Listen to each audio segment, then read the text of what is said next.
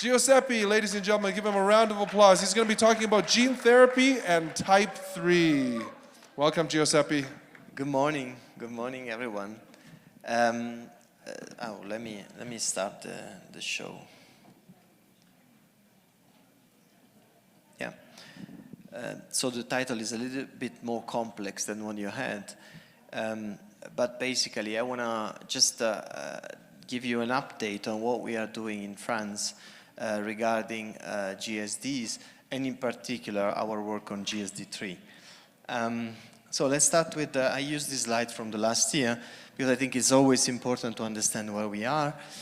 So this is what you see, it's Île-de-France in France, so it's a really small region, but it's the region where Paris is. And between Paris and Fontainebleau here, there is this place which is called Geneton, which is an institute. It's interesting because it's a non-for-profit institute founded by a charity which is called AFM Teleton, which basically funds our research on rare disease, and we are only focused on rare disease. And my team, in particular, is focused on glycogen storage disease, in particular with those related to the degradation of glycogen, so GSD1A, GSD2, and GSD3.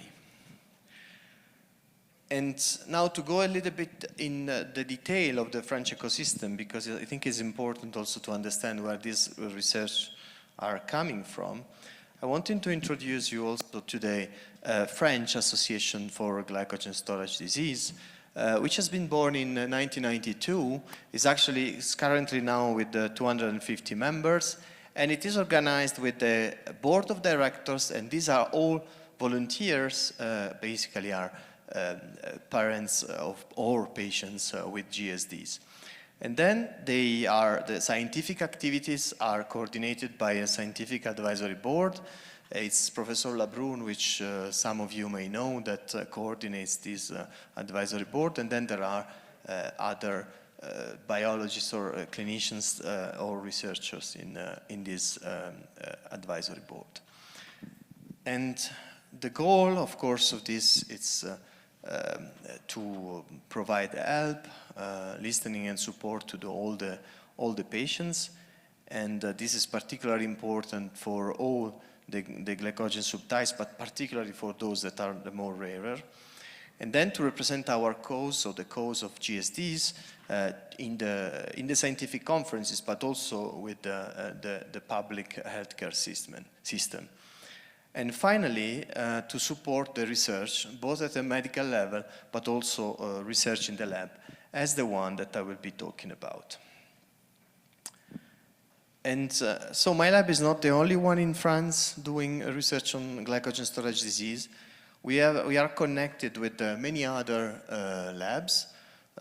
This one, I will be talking about some of these results coming from this lab. Is called iStem, is another lab created by the AFM, so it's another non-for-profit working on rare diseases, but they are focused mainly in stem cells, and they are actually, I think, 100 meters from our lab.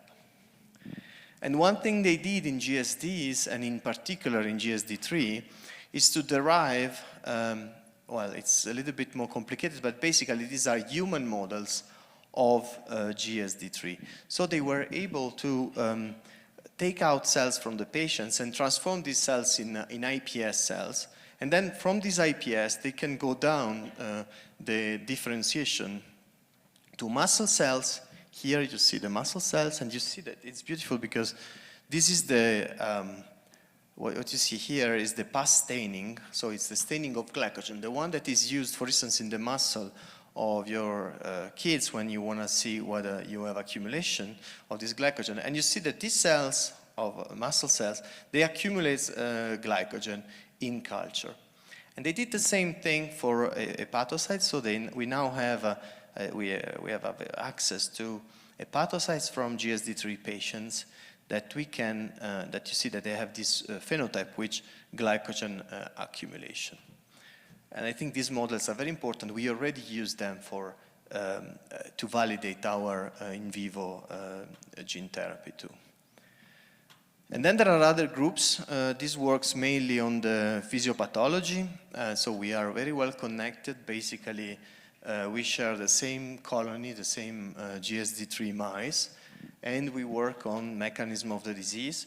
So there is Alicia here and Fabienne, and they are both in the north of Paris and in the south of Paris, in Lille and Lyon. And then I will be starting talking about what we do at Geneton, first with the disclosure. So I have to say that I have patents, so this is something that I always say in meetings. So I have some kind of financial interest in genetic gene therapy approaches for GSD3, but also that I started working on gene therapy mainly on GSD3. And since the very beginning, I have to say that this disease took my heart and really led me to become a professional in gene therapy.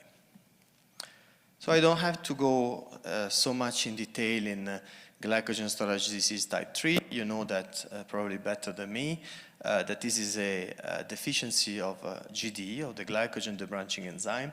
And this leads to the accumulation of these molecules, these glycogen molecules, in different tissues, mainly liver, muscle, and heart. And that there is no treatment also, you know that. One important thing for gene therapy with AAV is that one of the reasons why it's very hard to develop any treatment for this disease is that the GDE cDNA, so the gene of the GDE, is too big to fit in an AAV. And so there are approaches, multiple approaches that were developed, in particular dual vectors or bacterial orthologs, so proteins that have the same function but in bacteria, to be able to pack an AAV vector with this GD transgene.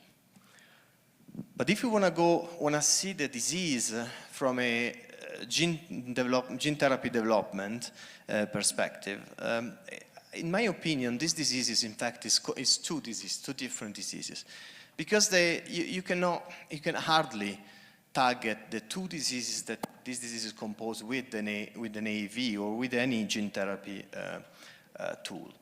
And this is because the two tissues that are mainly involved, so I divided this into the liver and the muscle and the heart, are relatively different in terms of what you need to treat the disease, but also in the terms of targeting.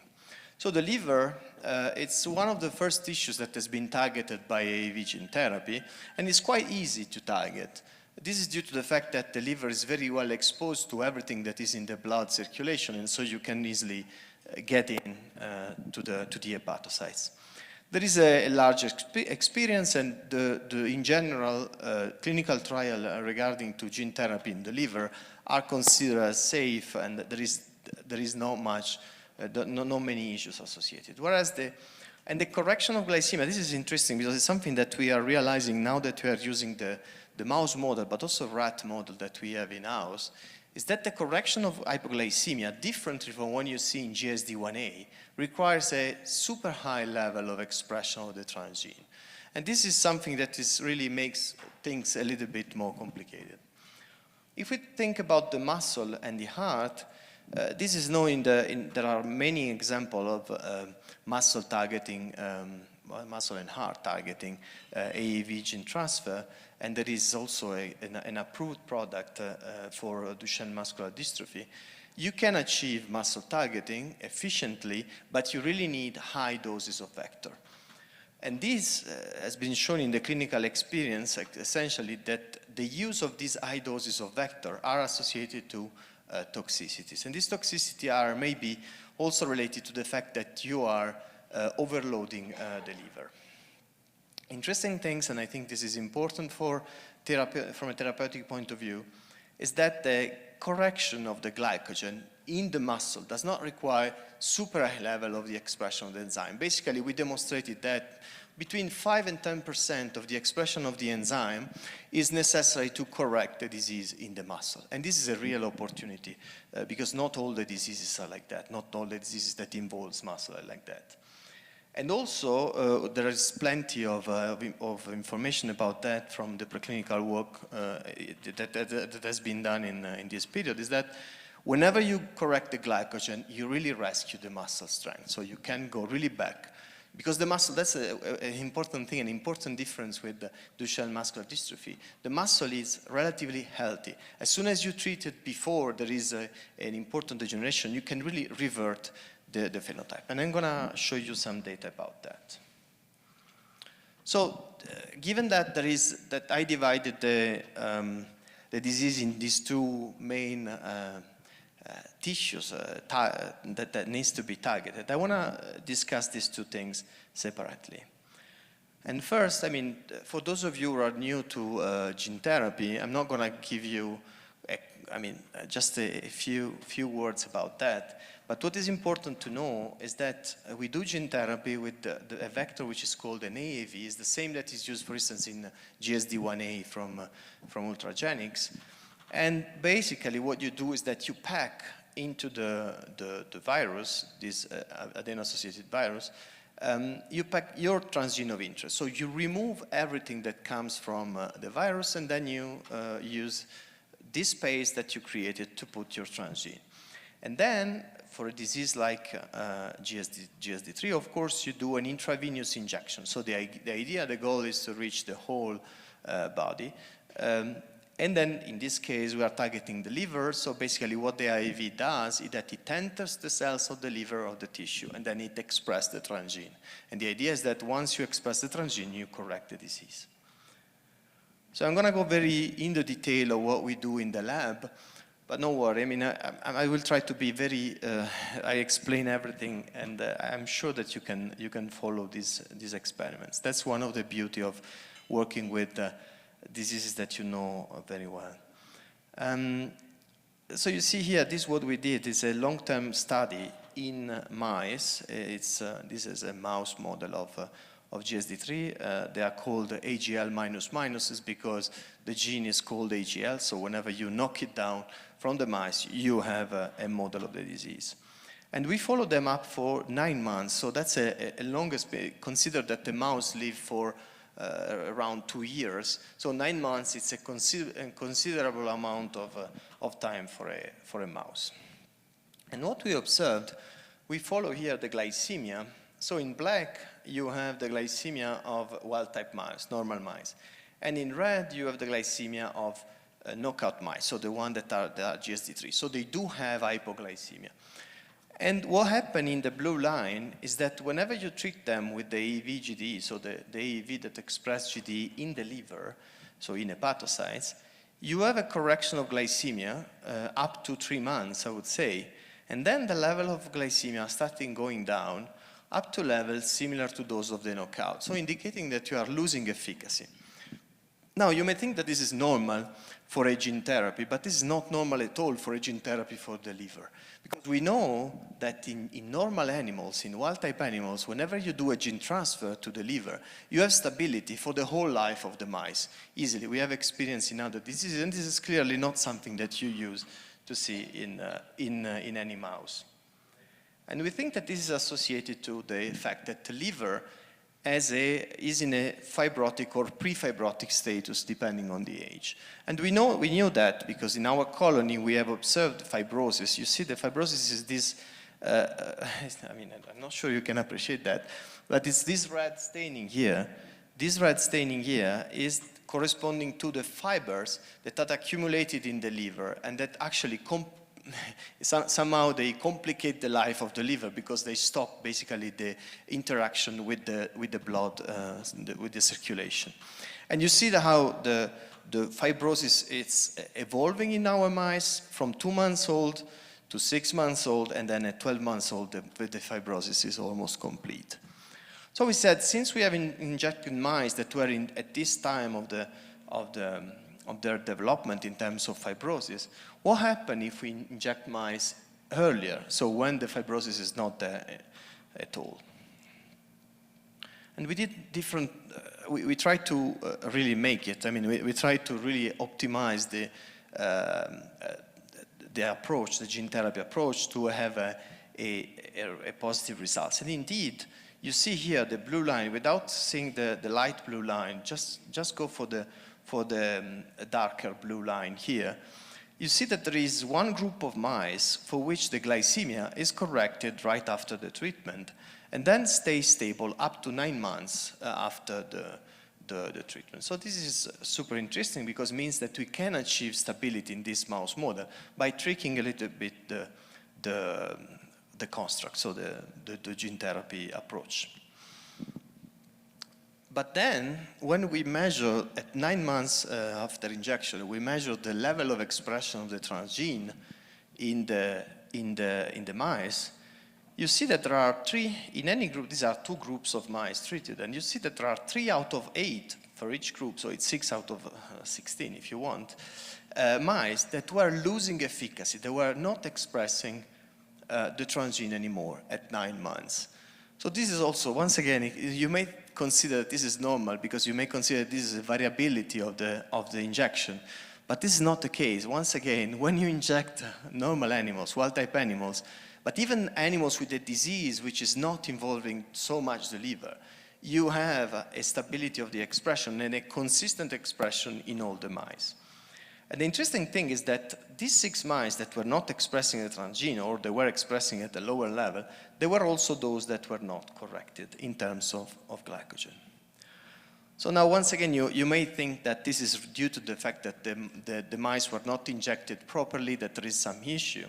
But the reality is that those mice were corrected at the very beginning. So this is the glycemia. And so the mice, they went from 100 to 200. You remember the levels of wild-type and knockout, right? So they were corrected at 2 months, and then they have lost efficacy over time. So indicating those mice were really expressing the transgene and were somehow losing the efficacy. I would say, remember, it's just 6 mice out of 18, not the whole mice. Most of the mice were corrected. So it's good news, but also bad news. And what we think, so what we are doing right now is to try to understand what happened, try to understand better the liver, the GSD3 liver. And what we think is basically is that we have an increased proliferation in the mouse model, in this mouse model, so that you have an increased proliferation and at the same time an ongoing immune response to the transgene, which seems to be more important in the GSD3 mice. So this is something that we are studying in the lab since a lot of time. Once again, when you inject a transgene in general in a mouse, you don't see much of an immune response to the transgene. What happens in a mouse is that you have a pro-tolerance, what is called immune tolerance. So basically, the immune system do not reject your transgene. But what happened here is that there is an induction of the immune response and perhaps also a transgene rejection. So the balance between proliferation and transgene rejection is probably what makes some of the mice not responding. So this is interesting. I mean, it's very challenging from a development point of view, but it's also interesting from a scientific point of view because it helps us in understanding what's happening in the liver and perhaps developing new strategies to treat the liver in a more stable way. So that's for the liver. Then we get to the muscle. You remember, when I started, I said the liver is easy to transduce, but you have seen that in GSD3 it's not necessarily the liver the easiest thing. And you will see that the muscle and the heart, they are really a big, there is an opportunity for treatment. So if we have to design a muscle-targeted gene therapy, what would we ask to the genie of the lamp, right? And they're asking, I mean, it's more than 3 wishes, but it's basically 4. But what we will need is, of course, not to need like 2 vectors, as we did already, 2 vectors to express the GD transgene. You remember, I told you, the GD transgene is too big to fit in one. And then we will need to be able to target muscle and heart efficiently, and so to have a reduction of glycogen and improvement of the muscle strength, but avoiding the liver because of the overloading. As I was saying, if you have to use very high doses, then you may have an issue with the liver overload. And finally, something that ideally works across species with the same level, so you can easily translate what you get in a mouse model to the humans. So we designed a GD which was fitting in a single AAV. So basically it's a truncated GD that fits in a single AAV. We engineered an AAV capsid, so the external part of the AAV vector, so it was going better in the muscle, but at the same time it was not going into the liver. So it was doing exactly what was needed, targeting the muscle, but not getting too much into the liver. And then we have also different models that we used to evaluate the efficacy, so starting from a mouse, then a rat, and then a human cellular model, the one that I was talking to you about. So these are data that I already shown, so I'm going to go fast on them. But basically, this is the proof of concept study we have done on the mouse model treated with this vector. The vector is called delta NTER2. I mean, it's not really, but you can call it AAV, and that's it. It's an AAV-GD, basically expressing the transgene. And you see that here on the left part, you have the glycogen measured by biochemical analysis.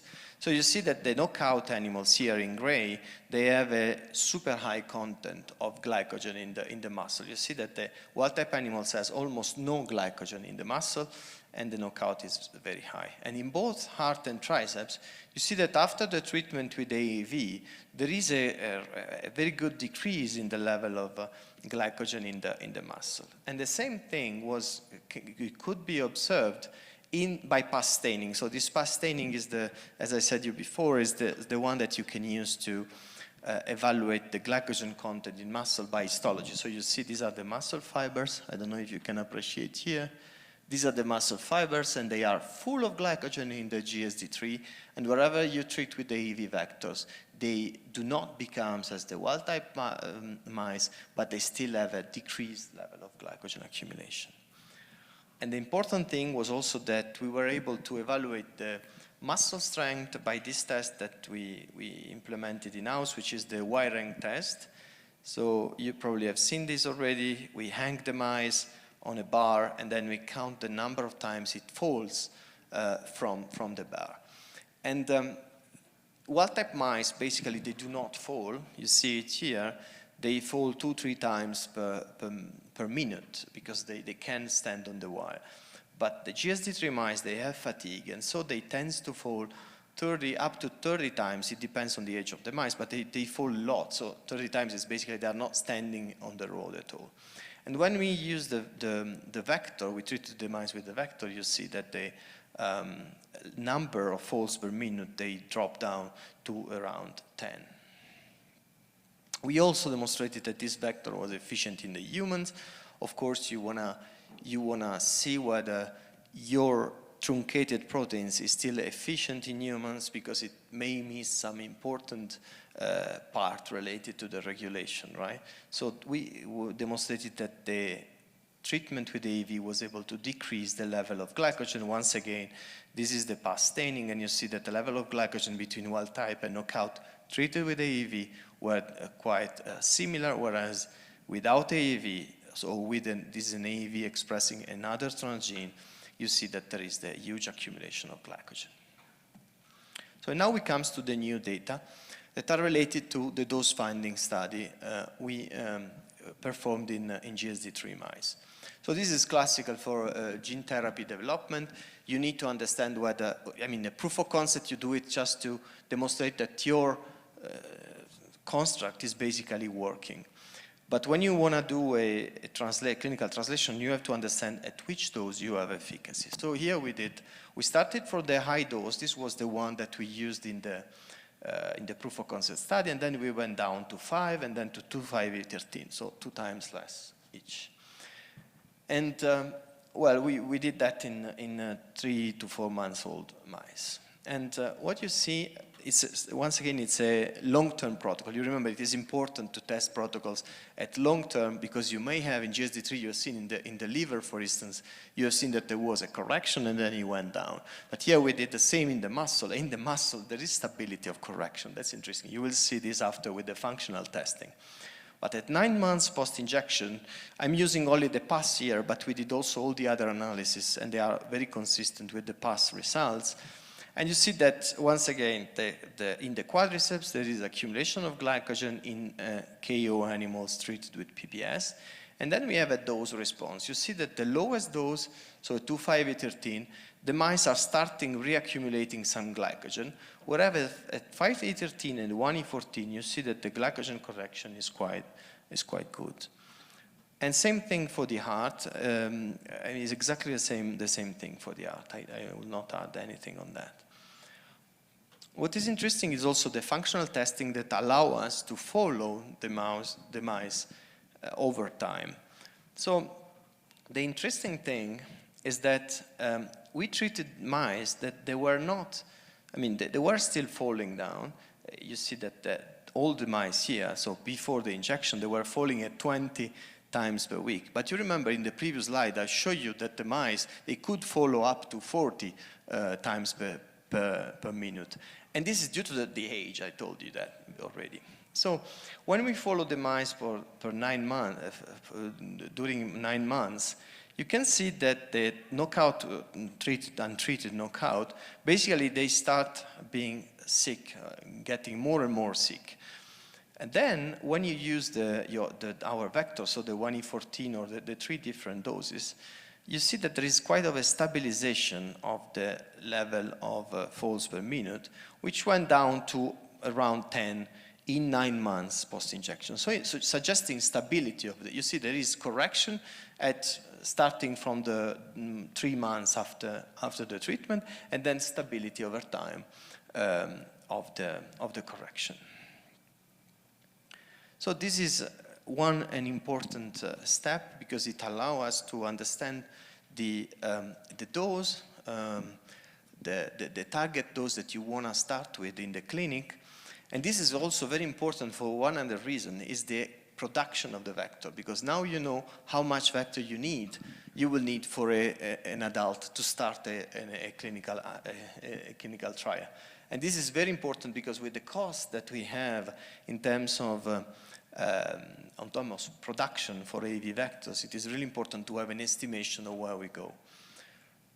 But there was another thing that we wanted to evaluate, and was the reversal of the phenotype. So this is something that is really important. As I said, it's a unique opportunity in glycogen storage diseases involving the muscle, because since the muscle is relatively healthy, it's just that it cannot properly working because of the glycogen accumulation. If you clear glycogen, in principle, you can revert the phenotype. If you still have the muscle and you clear the glycogen, you can revert the phenotype. So we went to very old mice. We got like 12 to 13 months old mice. So these are, I think they can be considered as really quite old, because it's in the 40 to 50 years if you compare this with a human. And we treated them with the vector at the high dose, so 1E14. And then 3 months after, we just performed the wirang and the analysis of the tissues to evaluate whether there was efficacy. And here you see the results of the heart. So these are wild-type animals. There is no or very little glycogen accumulated. PBS treated knockout animals. They do accumulate glycogen, and then there is a correction with the delta 1B5, so the delta NTER2 at 1E14 Vg per kilo. Same thing here in the quadriceps. So this was the heart. In the quadriceps, same thing. You have a good accumulation of glycogen into the heart, into the quadriceps in the knockout animals. And when you treat with the AAVs, you do see that you have a rescue or a decrease in the glycogen accumulation in the muscle. What is interesting also is to see that the muscle strength, you can recover muscle strength in 3 months. Here it's a complicated graph, I'm sorry for that. But you see this is still the wirang test, and you see that the PBS mice, so the wild type treated with PBS, they do not fall almost. And when you treat knockout animals with PBS here, they do fall 40 to 50. So these are old mice, so you have seen, you remember the results, so it's very consistent, 4 to 50 times per minute. And then, and this is before in white here and after the injection in blue. But when you do the same in treated animals, you see that there is a steep decrease in the number of folds per minute, and they go down to 20 folds per minute on average. So indicating that you can treat a disease that is already installed in old mice and perhaps revert the disease. And I'm gonna conclude here because I wanna really have your comments and question. With just some conclusion regarding, as I said, I mean, I divided from a gene therapy point of view the disease into tissues, and unexpectedly, liver gene transfer in GSD3 looks like to be way more complicated than the transfer in muscle. And I can tell you this is not something usual in gene therapy with AAV vectors. And this is particularly interesting. So the liver gene transfer remains complicated in the sense that you see that there are still some individuals that lose expression, and we want to understand what's happening there. But on the other side, we have reached a stable correction of the disease up to 9 months after the treatment in the liver, even in this complicated situation. And the second thing is that in the muscle, as I said, is the disease in the muscle seems to be, it could be reverted, and this is very important. You can imagine if you do that in a Duchenne muscular dystrophy animal, you will never be able to do that because there will be no muscle in animals at this age if you're able to get them to this age. And second is that we can perhaps reduce the dose, so achieve efficacy at doses that are lower than what we previously thought. And this, as I said, is very important for then the next step of translation. And then we performed also a primate study. We injected basically animals at the lowest dose we used in the dose finding study. And the primates are important not because they can be used to understand efficacy, but because, of course, these are normal animals. They have not the disease, but they can really be used for safety because we are dealing with a product, so the combination of a new protein, which is truncated, a new capsid, a new promoter, and so on. So you want to be sure that what you're injecting is safe, and that's why we went down to primate. And what we have seen, I can tell you, is that there is no, this data will be published soon, there is no safety issue related to the administration of the product in primates. And perhaps one day with this data, perhaps we can bridge them with the mouse and so define better the starting dose that we want to the starting dose in humans, that we're going to use in humans. And let me finish with the acknowledgements. So the team, most of them are working in aspects that I showed you before for other glycogenosis too, Pompe and GSD1A in particular, and then all the people that allow us to work from Europe and also from France. And thank you very much for your attention.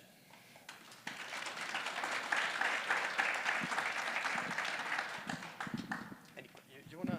I don't know if they're both working. You do. Thank you. Check. No.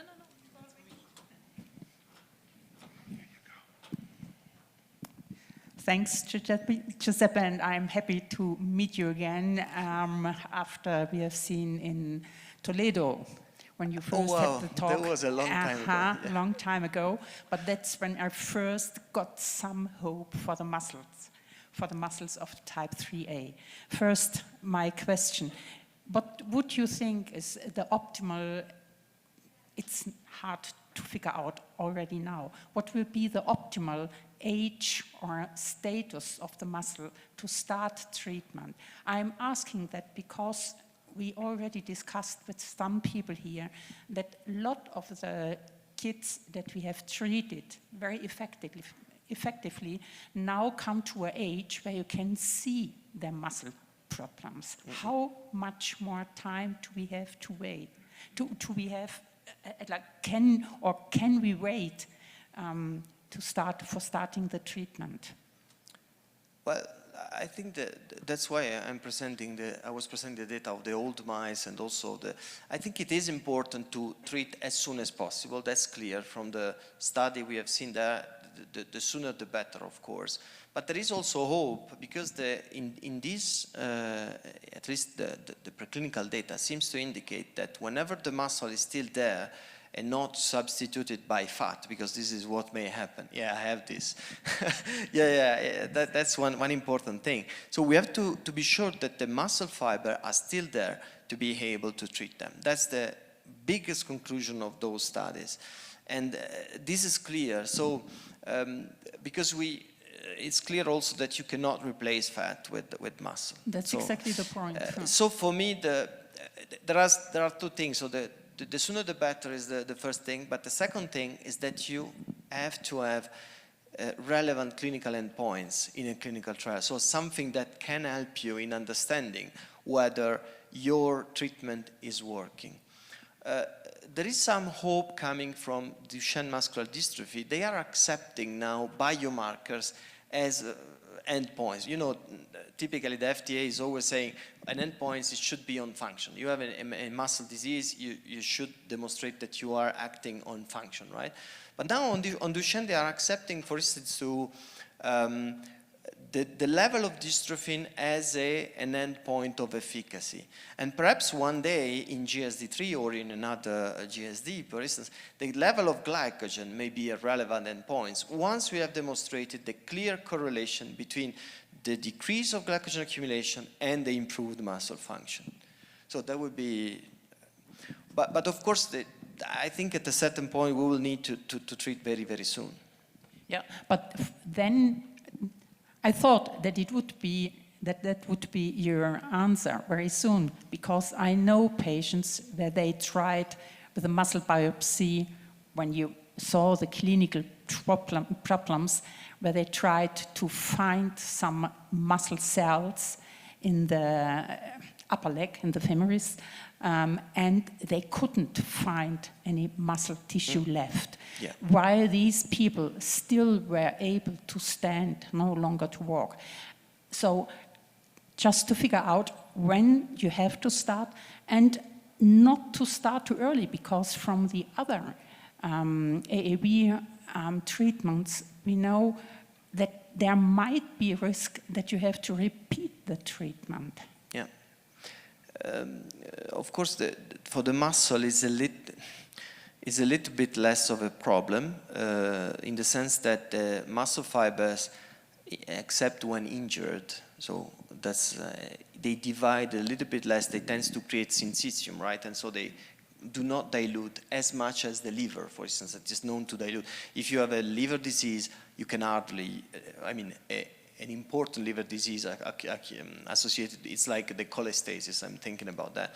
So you're associated with the important liver degeneration, you can hardly use AAV because of the replication of the cells. But in muscle is a little bit better. I'm not saying that they are not growing and they are not, but it's just that they are diluting a little bit less. So there is a little bit more hope for stability. But at the same time, I agree with you, you need to treat mainly at least at first, you need to treat mainly patients that are almost completely developed, I would say. And this will be my first shot. The only issue I have with that is that depending on where you are in terms of the muscle disease, you may have issues with the clinical endpoints, so to the muscle strength, because you may have such a small impact on the muscle strength and on the muscle strength worsening that you will never be able to demonstrate that you have efficacy there. That would be the trade-off. So we have some data in France, we have published them, showing that there are two populations of patients, those that really decrease not much over time, but they do decrease in their muscle force, but not much over time, and those that tends to decrease a lot. So that would be, in my opinion, the ideal population were to test, so those that decrease a lot over the year. the ideal population were to test this approach because you may really make a difference for them, also on the quality of life, by the way. But this also underlines a message to all the adult 3A patients: try not to store glycogen. That will say try not to produce glycogen, and that's why I really encourage them to keep their blood sugar levels low until we can have them, or you can have them. Yeah, I mean, I don't have to agree. I mean, I'm not a clinician, so of course, yeah.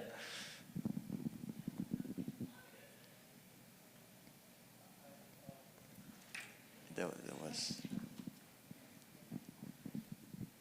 Thank you again.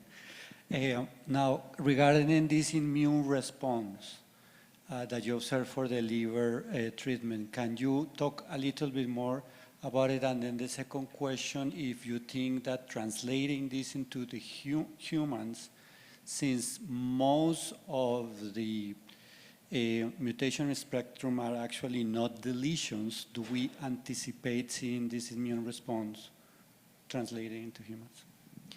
Yeah, that's why. In fact, the immune response I've seen is mainly related to the GD transgene expressed. Now, if this is going to translate in an immune response in humans, that has to be proven. Of course, deletion are the ones that are most prone to the formation of an immune response, whereas point mutation are considered as relatively safe in the sense that you are tolerized for the most of the vector. So perhaps this is not a big concern, but I think that this has to be proven in a larger animal models, one which basically with the real immune system. Because one thing I haven't said is that the mouse immune system is quite simplified because these mice are basically clones one of the other. Well, our colony is quite, it's a mixed colony, so it's a little bit more large, the capacity to respond. But the reality is that in general, the immune system of mice is very simplified. So perhaps this has to be tested in a better model with a larger, with a more efficient immune system to understand whether there is this issue also in point mutation. Yeah. There was some, yeah.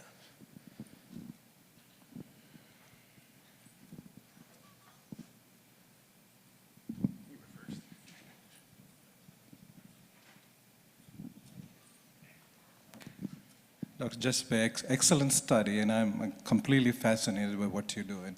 I have two questions, and I was trying to kind of follow your study along, and of the muscle model you tried, when you tried it early, you were able to see a better response than trying it later when the fibrosis set in, right? Mm-hmm. But then when you tried to alter the AAV model to target the muscle, you were able to have a better muscle response. But in those mice that you looked at, what happened to the muscle? Did you look at the muscle? That's one question. Yeah. The second question is, just as a thought, did you think of combining the two approaches, to combine the two vectors to see what happens to muscle and what happens to the liver? So the first question we have answered this already. We have answered this multiple times. Basically, whenever you treat the liver, we don't see only the liver. You don't see any impact on the muscle function as measured by the wire rank. So I have to, in the sense that in this test that we use, but we use also a grip strength test, so both muscle strength measuring test, and we have never seen an impact of hypoglycemia, let's say, on the muscle function. So that's clear enough, and the opposite is true. I mean, whenever you treat the muscle, you don't see any impact on the liver disease. That's clear enough. They are really separated. I like to separate them in the slide, in the first slide, because they're really separated, and correction of one is not affecting the other one. That's at least with the test that we can use in mice. And the second one was about combining the two, right? we have done that in one paper where we used a promoter that was able to express equally well in the muscle and in the liver. The only issue I have with this study is that we did that, the promoter is huge actually, and it does not fit in one single AAV. You need two viruses, two AAVs basically overlapping. And so now what we are doing is try to check to see whether we can have a promoter that is smaller but with the same strength and go into the two tissues. Yeah.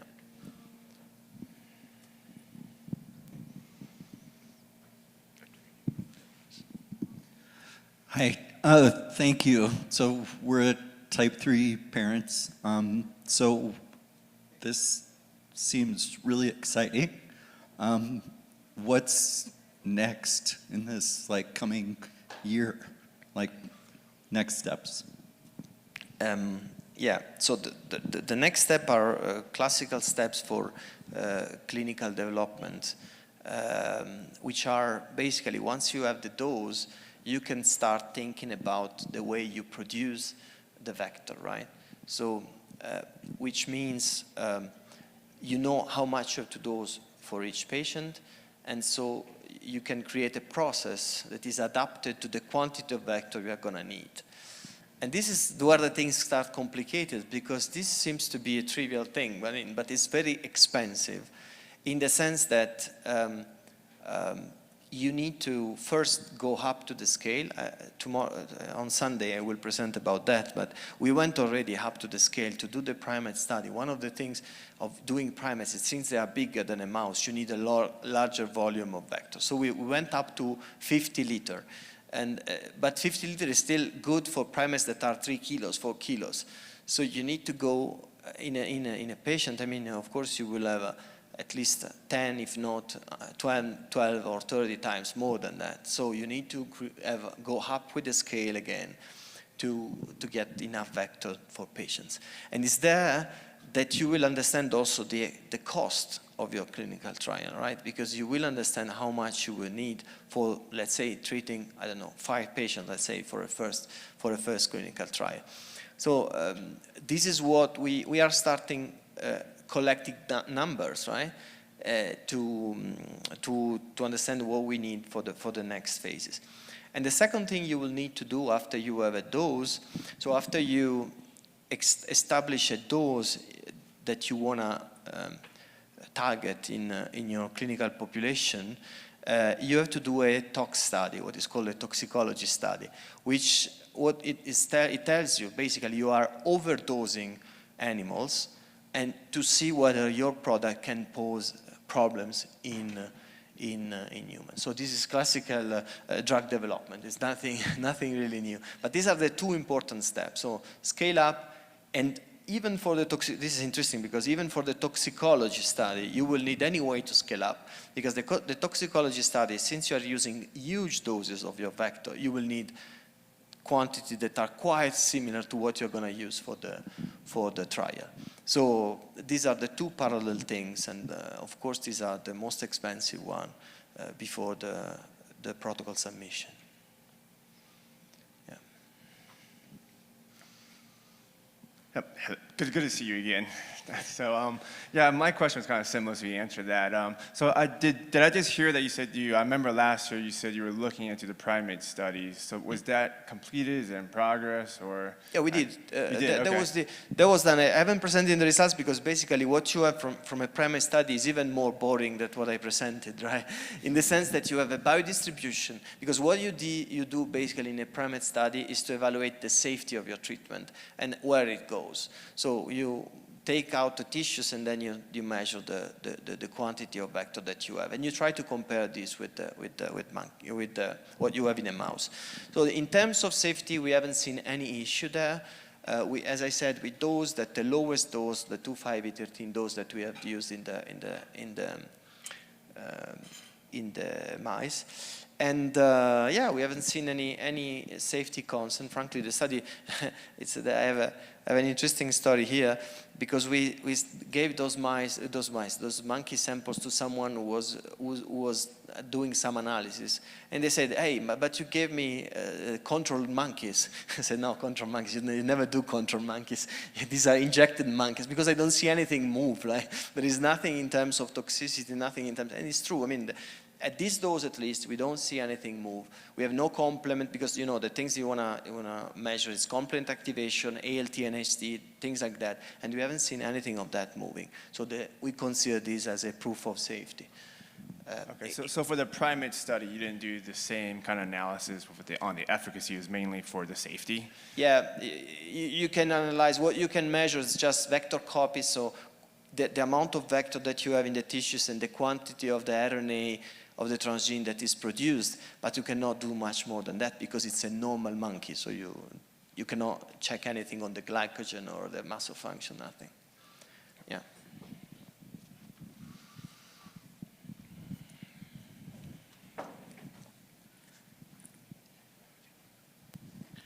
Is it overly optimistic to say funding is your barrier to taking this to clinical trials, or is that where we're at right now? Look, the reality, I mean, I think I'm gonna say that because I can say that's because I'm coming from a non-for-profit lab, right? And the reality is that the situation I think is the hardest situation ever for gene therapy in rare diseases. And I'm not saying just gene therapy, because the issue is not gene therapy, it's really the combination of gene therapy and rare diseases. So that's where probably the health insurance, the health system, or the or non-for-profit organization like ours can help, in the sense that we need to find a way to get there. But with I started doing gene therapy in 2012, and basically at the time there were billions investments. You are seeing it here, because Ultragenics, they started there. Beam Therapeutics is starting a little bit after, but they started it. And now it's harder and harder to get money really to start a clinical development. Everything you see, it's already in the clinic, and they are trying to move it forward as much as they can. So I think we have lost the money coming from investor for a period. I think it's our goal, it's really to take them back. So find a way to interest them in rare diseases for instance, by doing new technologies, by showing that the platform is really robust and they can really save lives. So that's, for me, is the goal that we have to try to achieve. So perhaps they will come back, and then we will have the big money that we need to do a clinical trial. But you feel like you're ready? I'm ready. Yes, Yeah, I am. I mean, I'm doing that for other projects. I did always the same thing. I mean, it seems like a little bit boring, but what I do is to do proof of concept. Then from the proof of concept, I do a dose finding. I do some safety testing, and then I stop there, because the place I am now for GSD3 is where it starts to needing money, a lot of money to go ahead. So I stop here, and then I try to find a way to interest investors, interest my institute to move forward, and to create the, support from the different, yeah.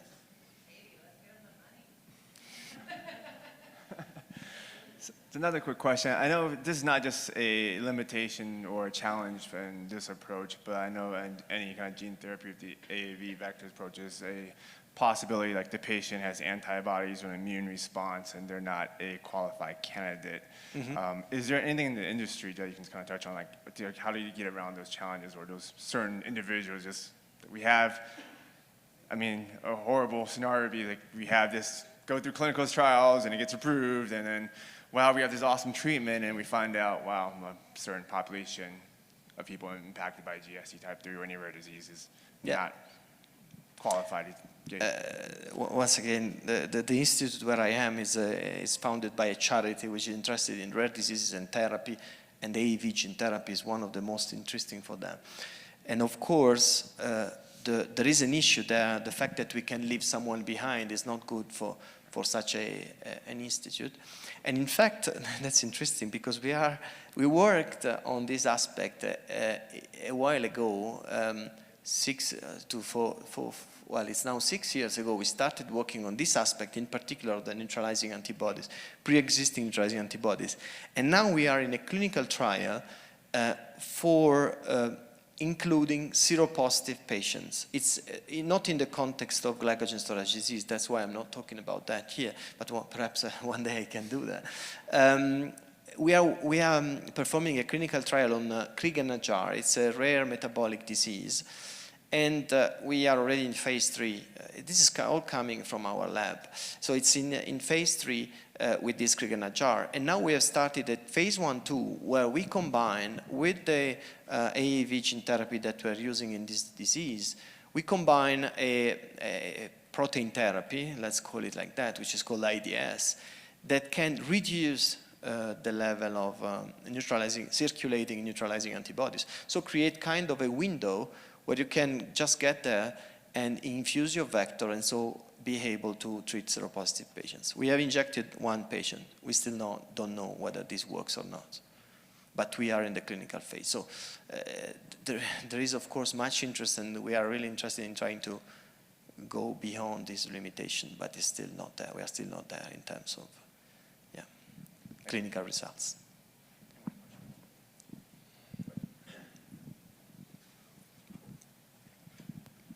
What can the GSD3 community do to support you and your lab and your work generally?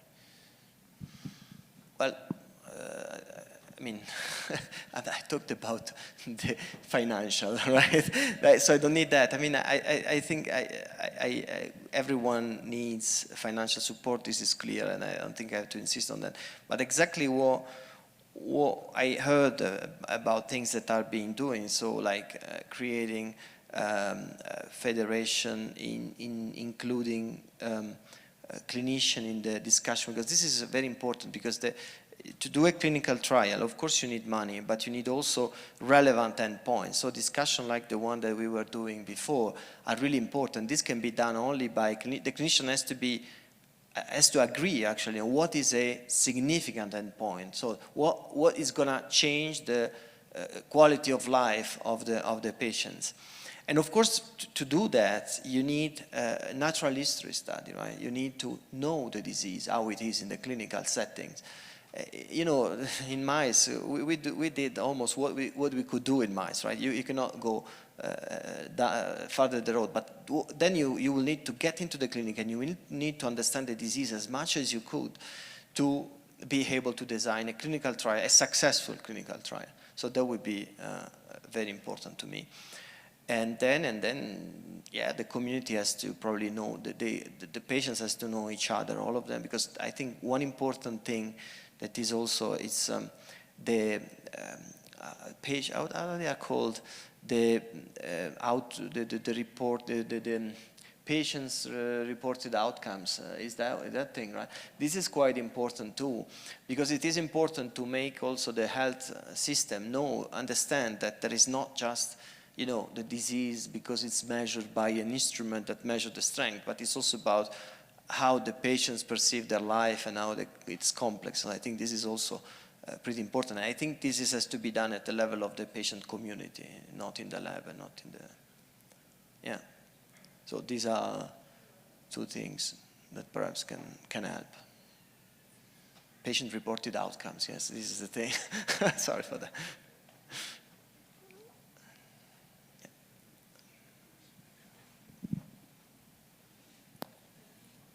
Yeah. Thank you for your very nice presentation and also for the discussion with the audience here. I completely agree with you that also the input by patients is very important, and I would be a strong advocate of doing that from the start. So really, when you are designing the protocol, it would be important to include patients and not once the protocol is almost finished. So that's the first comment I would like to give. And we have lessons from the past where we can see that we can improve that whole trajectory. And the second point is only emphasizing the difficulties that you and Ulrike were already discussing, depending on the endpoints that you think are important, that determines your timing. But the timing also has certain other pros and cons. So that's a really difficult discussion. Which factor do you start first? Or which organ would you like to target first? At what age? Taking into account that indeed the mice are clones and humans are very different amongst each other, but also very different from mice. So you really have to think very strategically which organ to target first, at what age. Yeah. And I don't have the answer, but perhaps you have some extra experiments to do in order to come closer to the answer. I mean, just perhaps I have a comment to answer your comment.